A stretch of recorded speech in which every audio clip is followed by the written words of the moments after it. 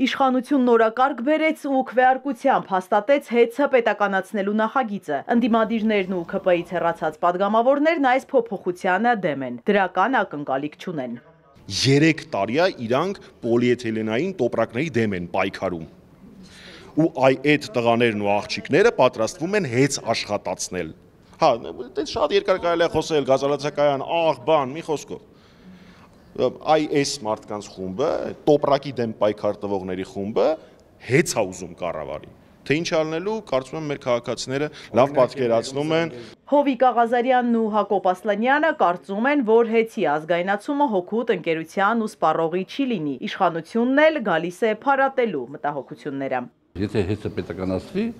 ապա շատ կարճ ժամանակ հետո մենք ունենալու ենք խնդիրներ եւ թանկացումների իմաստով, եւ հոսանքի մատակարարման իմաստով։ Չեմ կարծում, որ հոսանքը թանկանալու որևէ նախադրյալ կա։ Որ փուլում է իմպիչմենտի գործընթացը, ընդդիմությունը համախմբվել է, սակայն Միքայել Աջապահյանը դեմ է արտահայտվել իրեն վարչապետի թեկնածու առաջադրելուն։ Հովիկ Աղազարյանի հույսը չի մարել, կարծում է, որ Սրբազանը պետք է ստանձնի այդ առաքելությունը։ Մենք ամեն մեկս, որ մենակ մեր գլխի տերը չենք, նույնպես եւ նաեւ Միքայել Սրբազանը իր գլխի տերը չի, որտեղ ինքը նիշա է զբաղեցրել, շատ կարևոր նիշա է զբաղեցրել եւ հետեւաբար կներեք հազար անգամ ներողություն ինքը պարտավոր է իր դիրքորոշումը փոխի։ Իսկ Նիկոլ Փաշինյանին Աղազարյանն առաջարկում է գնալ հանգստի։ Թող է մի 3 ամիս հանգստանա, ռեստարտ անի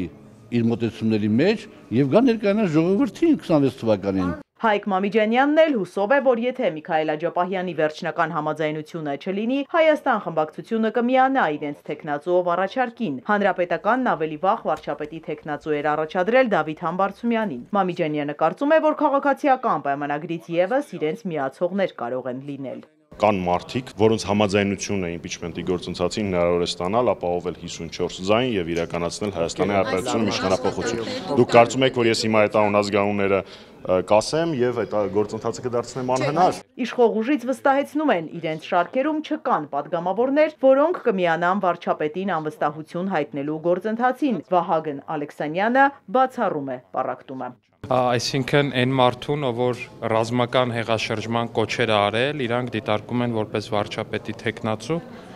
դա հաջորդ զարգացում է այն մարդուն, ով որ նաև